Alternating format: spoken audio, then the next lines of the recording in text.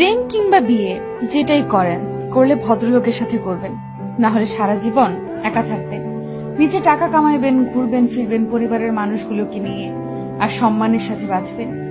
যে মানুষ কথায় কথায় তার মতের অমিল হলে অসম্মানজনক কথা বলা শুরু করে, গালি দেয়, ওইটাই তার আসল চরিত্র।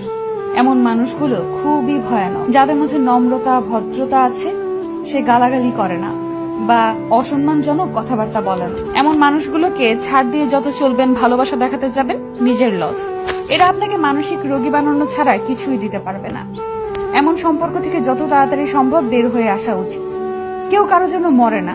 জীবন নষ্ট করার জন্য একজন অযোগ্য লোককে নিজের জীবনে জায়গা দেওয়াই যথেষ্ট।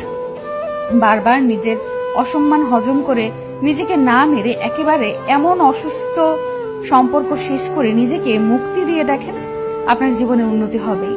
একজন সাপোর্টিভ সঙ্গী পাওয়া ভাগ্যের ব্যাপার।